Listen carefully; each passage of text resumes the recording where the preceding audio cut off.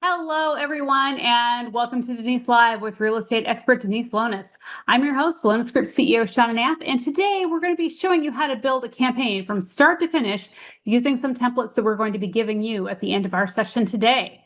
This is the second in our three-part series on campaigns. The coming months represent a fantastic opportunity to begin to make an impression with a new group of people, and the structure Denise and our team is going to be presenting will help you do just that. This is being recorded and will be available for your access later in Club Zebra. And now we're ready to start working with some nice, colorful things here. So this is going to be the second template we're going to work with today. Oh, Denise, I know this is some of your favorite stuff here is creating campaigns. Well, the reason I love campaigns so much is because it takes away the overthinking and it takes away having to plan and replan every time you don't get the success you want. So the one thing I have to say is that what we're talking about is not a quick fix. What we're talking about is a long-term plan to ensure that you are in the right place at the right time when people need to buy and sell real estate. Okay, that's the bottom line. And even though you may be, let's say, for example, you may be focusing on a geographical farm, it does not mean that somebody in that geographical farm doesn't say, well, I'm thinking of, I got to buy something. Maybe I'm going to buy something for one of my kids. And they see your name and your face all the time. Trust me, you will get phone calls because I did. I got lots of phone calls. So the whole purpose of creating a campaign is creating something that is predictable, stable, ongoing, set it and forget it, and just trust that eventually you will get a response. So I Absolutely. think that we're going to start today with let's start with the geographical farm, Shauna. Yep, Okay. absolutely. So we've got two geographical farm kind of ideas, and then we've got one kind of out of the box idea. And so the first worksheet we're working with is kind of more the structuring of the campaign. There's going to be a tracker we're going to look at in just a few minutes here. But first, kind of let's work through what the campaign mechanics are. So for this first target, we're looking at a neighborhood of smaller homes. They're Okay. priced under the median, kind of built in the 90s, not great construction, like 1,800 square feet, about 3 bedrooms, typical homes, 2 stories, all bedrooms up. But there's really great turnover in this neighborhood. So you've done your research. We've determined that this is a great place to be spending some marketing dollars. So what does this campaign look like? Okay. So first thing I do is I want to look a lot at the details of what the farm is made up of, right? So even what Shauna was saying, smaller homes. I love smaller homes because in a farm with smaller homes, you have the opportunity to have the people that are living in those smaller homes that, they're too small now and now they've got to find something bigger. So you have an opportunity to sell that home and help them into something else. The other thing I like about a farm area with smaller homes is you have a lot of people that are in other areas in other neighborhoods where their houses are too big and now they're transitioning down.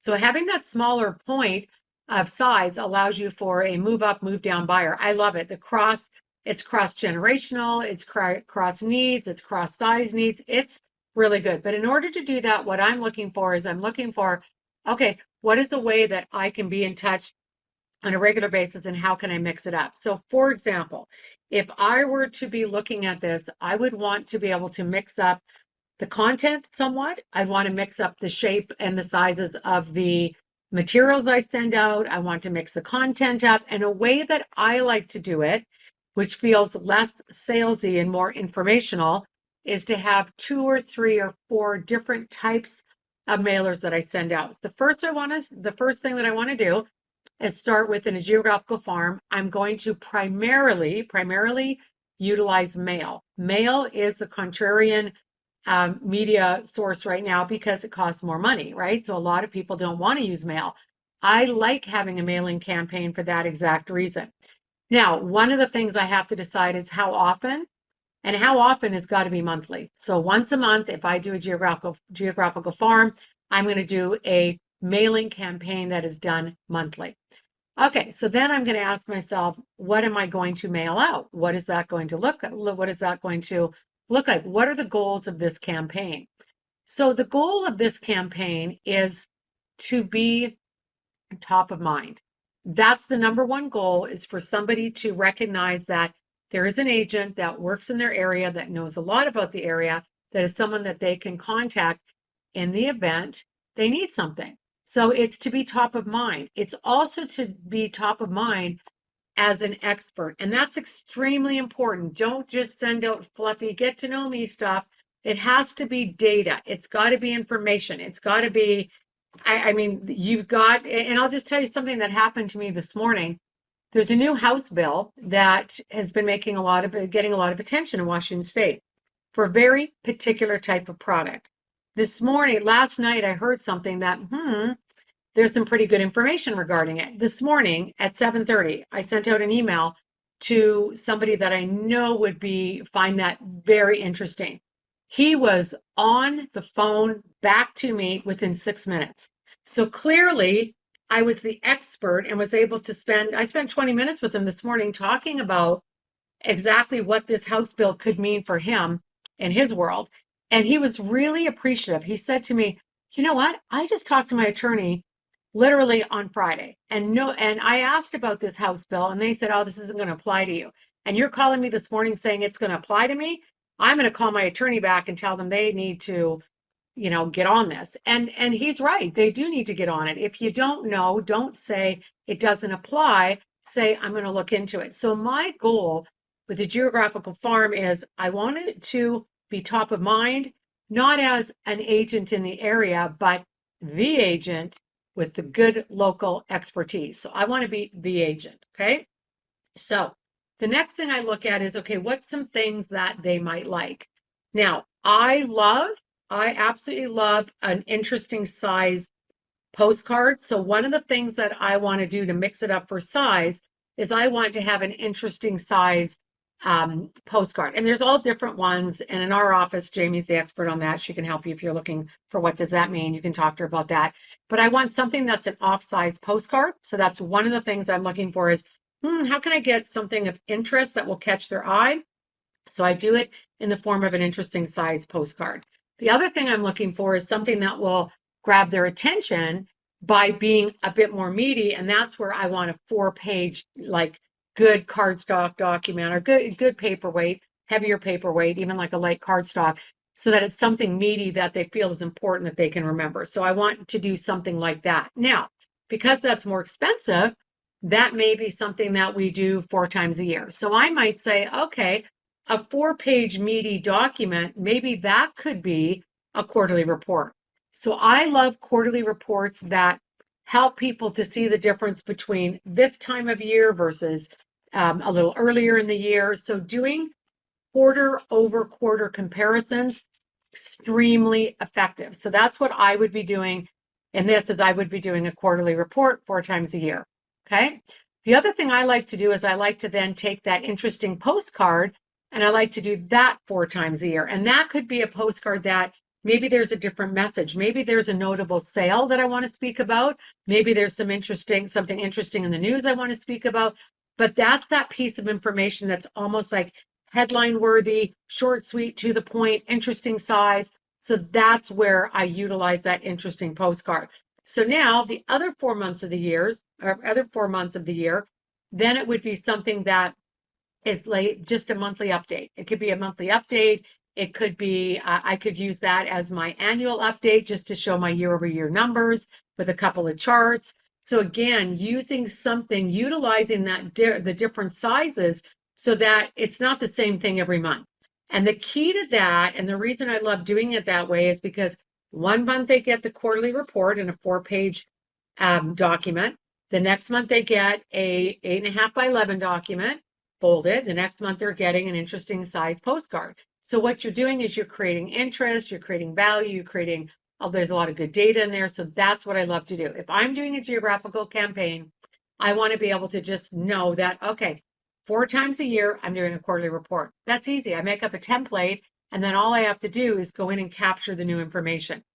Gone are the days where people want to be oversold. What they want is information that helps further their decision making. This is a really important message. How can we help somebody further their decision making? And I'll tell you an example. Something just occurred for me. I'm working on something right now, and part of what I'm working on is a very visual process. Okay. And the company that I'm working with, I was really surprised when they took such a visual exercise. And what they did is they just sent me a PDF document with visual images. It was basically comparing different types of tiles and wood finishes and indoor and outdoor products. It's really the discussion of how great design has expanded over the last 5 years. Okay. I'm on a national design committee, and the company that was chosen to help with this was working on this. And what they presented back to our committee, I found rather underwhelming. And I said to them, I said, even though we're all really good at design, even us experts at design, you're not helping further our decision making by sending us a PDF. Could you send us samples? Because I guarantee you what we vote on today will completely change when we look at visual samples. I got my visual sample box on Friday. Let me tell you, had there been a test, I would have failed it miserably. I chose items that really looked great in photographs, but when I got them, I'm like, oh, I don't like this texture. Oh, this feels cheap. This is gonna and it's funny because I had a discussion today with somebody else on that committee, and we both decided the same thing. And he called me and he said, Denise, I got my samples. I don't think these are the same. I said, no, they're the same. I went through them on the weekend. He said, Denise, I wouldn't choose any of the stuff I chose. I said, either would I. I said, the difference between photographing well, and it's this idea of how do you help somebody that is sitting in their home thinking of selling? How do you help them further their decision making? Don't just think about you and getting them to know more about you. They'll get to know enough about you when they learn about how helpful you are. So I always ask myself, if I'm going to mail something out, how does this help someone's decision making? Is this an interesting point? Does this help them make a decision? Does it add to their base of knowledge and information, or is it just fluff? And if it's just fluff, it's not helpful.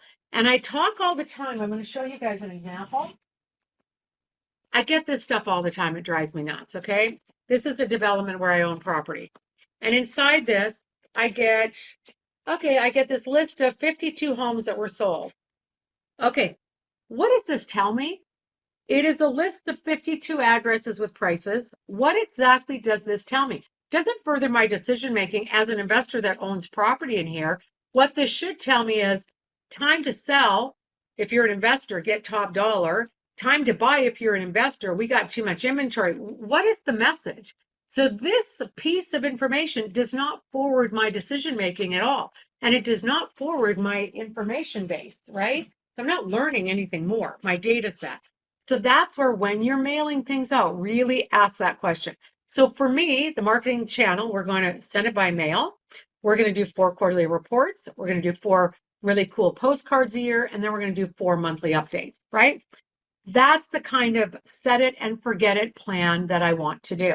Now, that is what I call my base geographical farm. That's basic.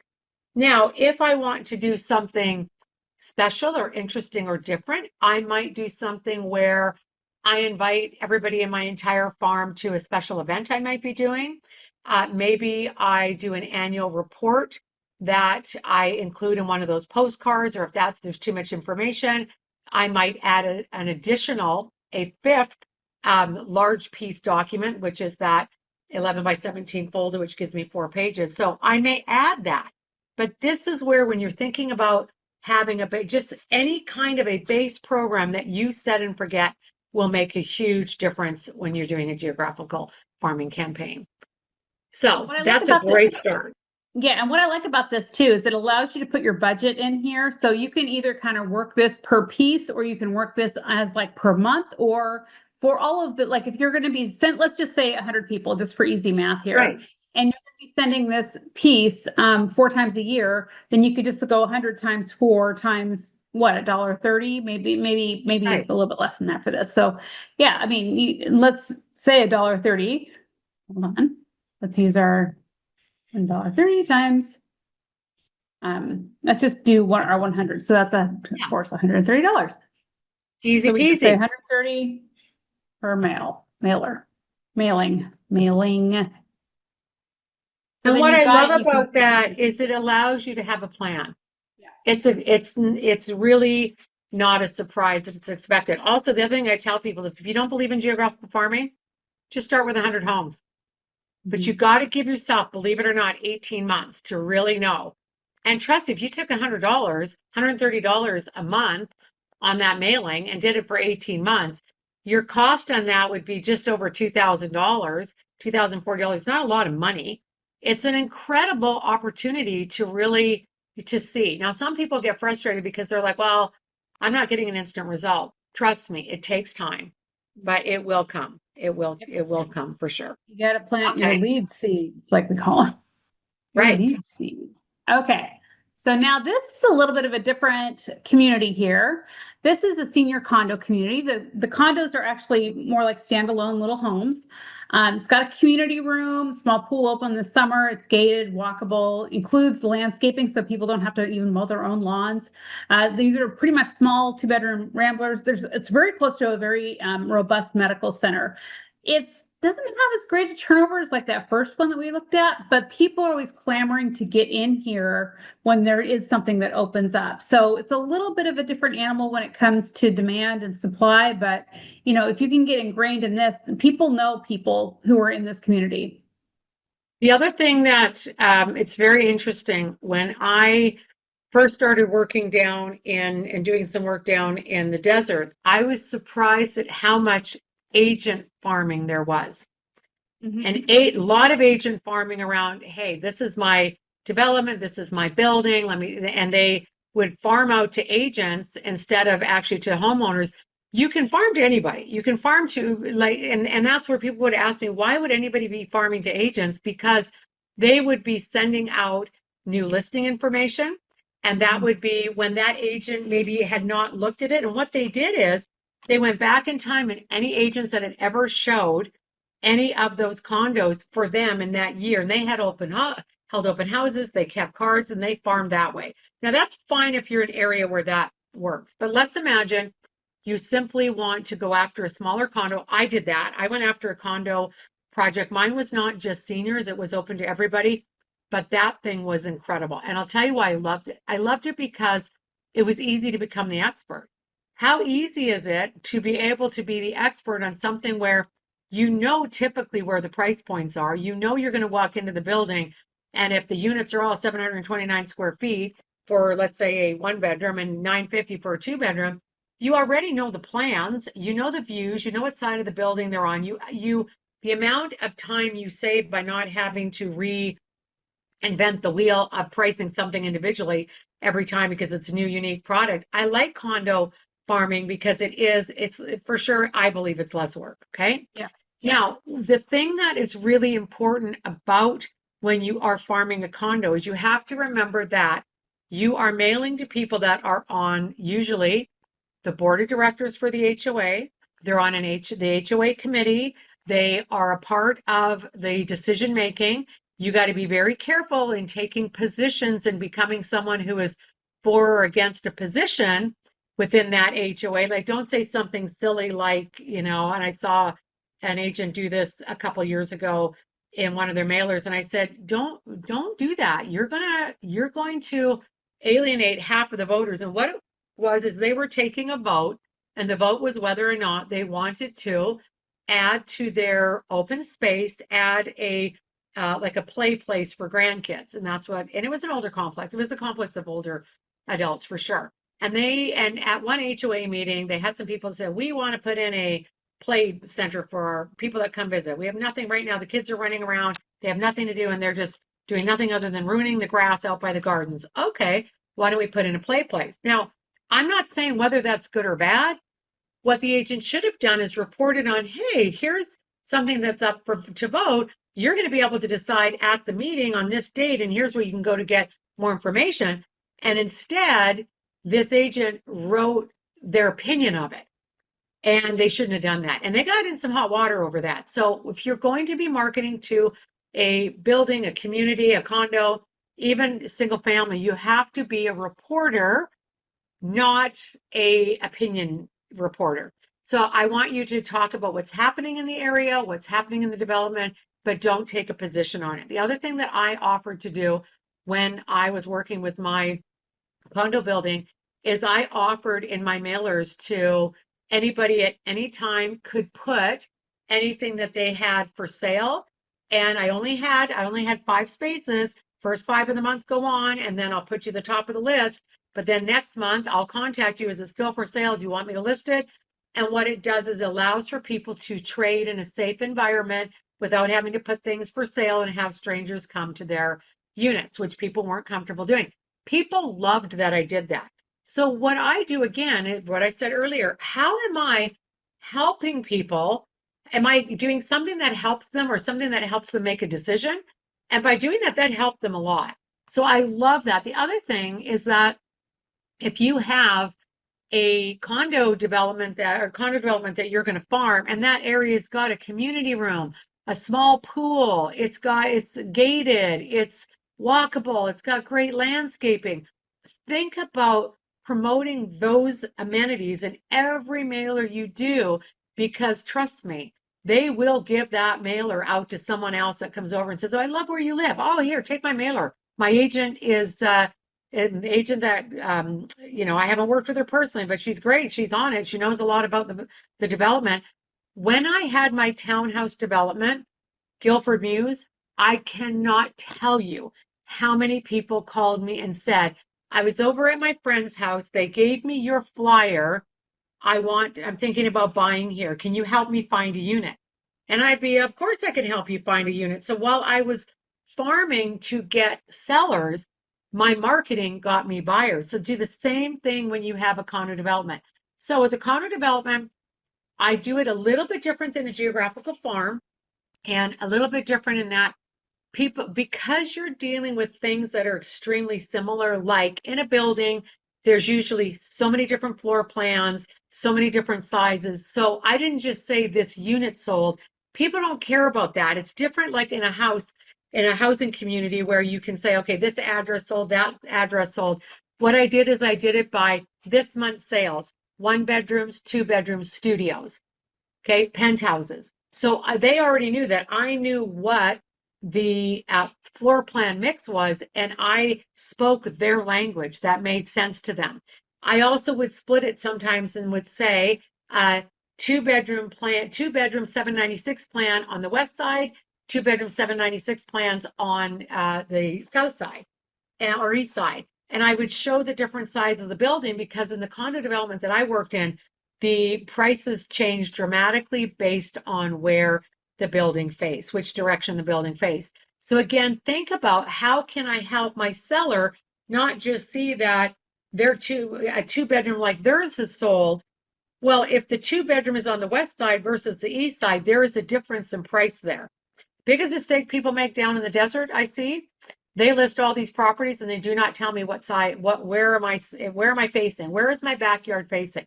Is it facing west, east, north, or south? Because there are some people that only want to buy the west, and there's some people that never want to buy the west, right? So for me, west facing is so bright, so much. You are in sun 24/7. And even though I love Greece and I love some hot weather, too much for me. So that drives me crazy, is that lack of information. So remember to add the information. So what I like to do condos a little bit different. I like to do 10 monthly mailers that are very consistent. Consistent, what they want to know about. It's almost like, when you go on a cruise ship and you get the daily agenda, you'll notice that most of the time they're the same format. People don't want to have to relearn a format. So what I do for condo developments is I keep the same format 10 times of the year. And 10 times of the year, that format is all about what's for sale, what's sold, what's the going rate based on the floor plans or the direction of the where the unit is facing. And I will do that 10 times a year. The other 2 times a year, once a year, I will do an annual report on their building. And another time of the year, I'll do an annual report, and I will do that on the area, like how this building compares to other condos. So one of them is an annual report. How are you comparing? How is this condo comparing to itself from a year ago, 2 years ago, 3 years ago, 5 years ago, 10 years ago? They love that. And then I'm doing the annual report of, okay, how did your building fare against other buildings in the area. And if I have an opinion or a thought on that, I'm going to suggest, I may suggest something. And I know, for example, we had we had a big parking challenge in the building that I was that was my farm. And the reason we had a parking challenge, it was in a pretty busy place. It was right next door to shopping. People were stealing parking spaces. It was making the residents crazy. And you know what I did? And it was the best thing I did, and it made me more friends than I could ever have because I was selling these things and we were always having this complaint. I thought, the HOA owns this parking area. All we have to do to prevent this happening is what about if we installed a gate with a gate code? Now, it was back then, we're going to go back. Let's go back in time, 25 years, okay? Even back then, it was an $8,000 cost. However, it was such a solution, it's such an inexpensive solution that all the homeowners decided, well, we're going to vote on this, and it would have cost each person, I think, something like, $70 a person. Do you know what an easy vote that was? That was a 97% vote. That's a pretty high vote on something. Who do you think they thought of every time they clicked in or they were able to give the gate code, or when someone came to the gate and called them up? It solved a big problem and people were very appreciative of that. So sometimes if you see a solution, offer it. Doesn't mean they're going to use it, but that's what I do for that. Okay. Okay, let's go on to the next one. So now we're looking at expired listings. So in Okay. this case, we're going to assume that most of these guys have expired since May of 2022 when interest rates went up. So maybe they were a little bit more aggressive in their pricing. Maybe there were some marketing challenges, maybe a variety of things. When Is it you all have, mail or what are we doing here? okay, so first of all, you can absolutely do a complete mail campaign with expired listings. I have one that I designed for the company years ago. It is extremely in depth. I'm not going to get that in depth today. If you're interested in that one, go into our vault, type up expired listing program and go check into it. Today, if you're wanting to capture expired listings and you want to, instead of going after new, fresh expired listings, go after expired listings that are 2 years old, 3 years old. You're going to find that oftentimes when you go back and do the research, the moment in time that they tried to sell, either they were priced too high for then, maybe it's about the same price now, but even if it's not, what you have to understand is if somebody ever thought of moving, if I put an offer in front of somebody and say, I know you're not for sale, but I would love to buy your place. I'd love to work out some terms. I cannot tell you how many homes I bought over the years that were not on the market. I love doing reverse offers. Now, I'm not saying you're going to do a reverse offer with an expired, but what you are going to do is you're going to do some analysis. So what I would be doing, just for me, is I would be doing a campaign every single week for 4 weeks. So basically, 4 mailers, 4 times in the first month. Then I would do a mailer every second week for the next 8 weeks. Okay. Now you basically have a 12-week campaign and they're going to be receiving 8 pieces of meaty mail from you. Okay. And that's where you have to, and that's where you're going to find out after a 12-week period. If somebody's interested in doing something, you've sent them enough compelling information. The first thing I like to do is to go back and to do a summary for them. Shauna, I'm writing to you because you had a property that you listed in June of 2022. I'm detailed. You listed that property at 897,000. It was on the market for 171 days. It did not sell. However, at the same moment in time, here's who you were competing against and here's who sold. This is what their list to sale price ratio was back then. Even if I then go into explaining what the difference is today. So first I do a summary letter. That's the first letter that goes out to them. The second letter that I do to them is just hey, I hope you've had time to read the information that I sent you. Would love to set up a quick call. I have some thoughts and ideas to share, even if it's just sharing where I think your home fits into the market right now. That gives them, again, oh, she's dangling a carrot for what I could be helping them in their mind get more information on where their house can sell. Okay. or give them some value. But let's say they haven't called. The next letter, so my third letter in the week is, okay, now here's what's happening right now in your neighborhood. So if we go back in time over the last 90 days, here's what the immediate market in your neighborhood is doing. And I will show them listings. I will show them solds. I will show them listing to pending ratios. I will show them listing to sale prices. I will show them days on market. Week 3 is big data stats numbers week. Okay. Next week, week 4. Week 4 is for me to send out a marketing, it's almost like a listing presentation in an envelope. And I know that we've recently talked about that in some of our Denise Lives. That is a really important piece that everybody should have. And that is something that you can give to somebody that clearly shows what you do when listing their home. And in that letter, I just say, I wanted to include for you just some information on the way that I market. The way that I market is very assertive. It's aggressive. It's attention getting. It's meant to get as many eyes on your home as possible. I don't know if this was available for you back then when you had your home listed, but in the event you're going to sell either anytime soon or in the next year or two, this is the type of marketing that is critical in this market. So that in the first 4 weeks, I have really hit them up with a lot of great data. The next thing I do, I've got 4 mailers now that are left to go.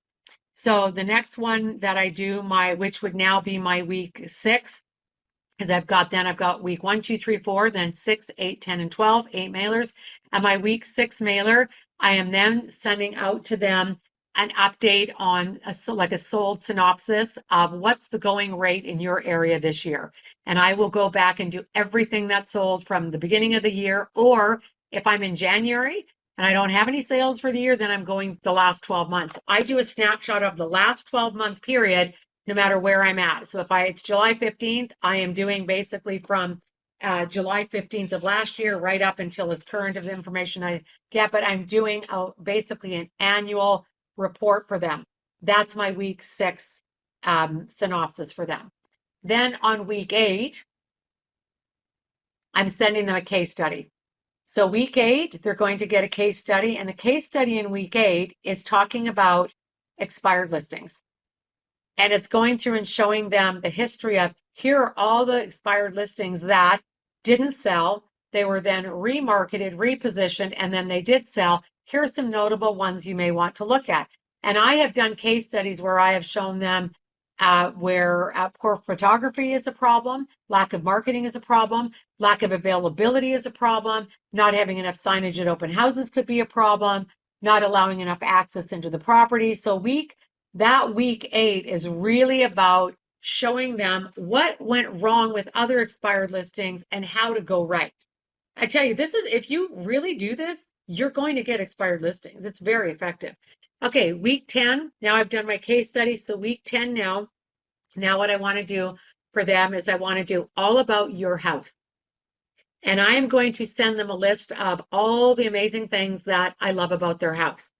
And that might be the location of your house, the paint color of your house, the way you keep the landscaping, the curb appeal of your home, or looking at pictures from when it was listed. You have such a beautiful large entry. I would love to have the opportunity to show you how to really show that off. Or, oh my goodness, you've got such a great space in your basement. I would love to be able to get that staged for you if I sold it, because that's selling so much more extra finished space. So it's all about their house. And it's like I'm doing an analysis for them, even though it's not in that, even though, I haven't, they haven't responded to me. Now I'm at week 10. I am doing something about their house.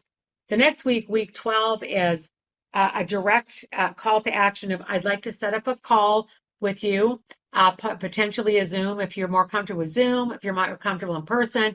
I actually try to, if it needs to be on your lunch hour, if weekends work better for you, I make it as easy as possible for them to make the connection. And oftentimes, if it's Zoom, you guys. It's opening that up just to open that up for conversation. So that's what I would be focusing on. Any of these 3 campaigns are powerful. You just got to do it. That's the key. Absolutely. And I love, actually, I want to go back to this one real quick, the senior condo one. With a community room too, if you wanted to maybe adjust one of these, or maybe even have the annual report available if you had like an event at the community room and then they can come by and pick it up. So adding That's that live brilliant. component would be really fantastic. Also, having little get-togethers or attending get-togethers, layering it up. Use all the resources that are available to you in each one of these different areas for Yeah, sure. absolutely. Okay. Absolutely. Okay, now let's talk about tracking. So in this document, we've given you three basic campaigns, and the lead generation section could be any of the previous campaigns. But what we'd love for you to do is if you have like those, like was Denise was talking about doing the different styles of things, like maybe one of them is a star, whoops, hang on, let me bring that to the front. Range, bring to front. Okay. So like maybe the quarterly report is a star. Okay. So then Right. you take your star and you're going to put that under, let's say you're going to do that for your farm in January, and we're going to do it again in April, and we're going to do it in July. So it just gives you a little visual representation of the different Yeah. things that you're going to be sending out. And October. And then you had your monthly mailer, going back to that, just as a visual reminder. So you did one of these interesting postcards 4 times a year, the regular 8.5 by 11 update, and then the quarterly report. So we're just giving you different little icons to use for each one of those things, right? And it's so And what smart Denise because loved, it's go visual. ahead. It's visual is easier. When I look, Mhm. when I quickly look at this, I already know, okay, my quarterly report's coming up. I better get some information. I better start working on my data. So, Right. so good. Yeah, and you can color these whatever color you want too. So they don't have to be this blue color, but But they're it, great. yeah, it is great. And then you could do the same thing with your database. Like your database can be that can really easy monthly, you're kind of sending something out, or it could mirror what you're doing for the lead generation thing Right, too. So you could do a quarterly report for your database. You're just changing up some of the stats a little bit, right? You can right, recycle a lot of the information. We do that oftentimes when we're doing somebody's sphere mailing and then their farm. I mean, obviously we're going to dive deeper into the specifics about the farm area, but when we're talking about a database, we may be using more stats like, King County versus like a very like Silver Firs neighborhood versus King County. But the right. rest of the structure could be very similar. The listings, of course, will be updated, but it still kind of feels the same way between the two. So it's not like you're having to reinvent the wheel every single time you have to do one Right. of these. Exactly. I love it. Exactly. Okay. So anything else, Denise, you want to talk about on the It's tracking components the of this? tracking side of it. You have to, what you don't track, you can't Yeah. fix. What you don't track, you're not going to do. What you don't track, you don't learn from. What you don't track, you don't feel the pain or the pleasure of it. I'm telling you right now, I track everything. I track everything. It makes my world so much easier. It's predictable. It helps you to stay, it helps your mind to stay uncluttered at a time when your world may be cluttered. And this is what I had to learn over the years in real estate is that if I could just control my lead generation, I could relax. I wouldn't be worried about where's the next transaction coming from. I know it's coming from my database, it's coming from my past clients, or it's coming from my lead generation. Those are my three sources. And if you have a plan for those three, it takes away the stress. Absolutely. One other thing on here too is that you can actually list out what you did or like the things Yeah, that the information you highlighted that month. So that way you can easily go back and remember what you did. Denise, actually one time you showed this in class. I loved this. And I think a lot of our clients did this too. It was a notebook. So you had this at the very beginning. And so that was kind of like your guide, your table of contents, as it were. right. And Yeah. then you actually had the samples in there of the different things that you did mail out. So it was really easy for you to go through, which wound up working out great for your farm area too, because then you could go into your farm like a listing presentation and they say, oh, I really like that article that you sent out 2 months ago, and then you have it right there and you can easily access The it. Oh, for open other thing houses I too. did, what I loved, the other thing is that I had that with me, that binder. Every time I did a mailer, I put it in. So I had this big book of all my mailers. And I could sit down a listing presentation and say, nobody does the type of follow through that I do. I mail specifically to this farm area. Why that's so important is because I'm going to take your listing and everybody that look at how much trust I have in this area. And you know what? We need buyers from that area. It's a perfect move up property for you. The other thing I would do is I would make notes of phone calls that came in. And I knew Yeah. and I had little stickers, and when I got a phone call, and I would have a phone call, and I had a sticker all the time, and I put either a happy face or not so happy face. Someone called and said, "Hey, I didn't like what you sent out this month. You're wasting paper." Okay, I would note it. Not that I'm going to change my plan, because I'm not, but I'm going to note it. I note their address, and then I do my best to respect their wishes. But if I'm on Every Door Direct and I can't, I just also will then write a handwritten note. I know you don't want to receive these, and I understand that. I just want you to know I care. I can't do anything about it. And they at least respected that. But there were some mailings where I like, whoa, people are really interested in anything to do with water. Holy moly, I had no idea. And then it helped me to write more content about it. So I love that. That was really, really cool for me. So I track it, I look at it, I'm aware of it.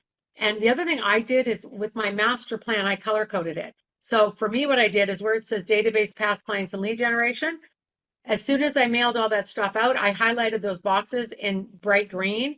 And I'm like, whoopee, that's all done. And then by having it in bright green, I could see that, okay, I'm already through January. That was easy, right? And that's exactly what I did.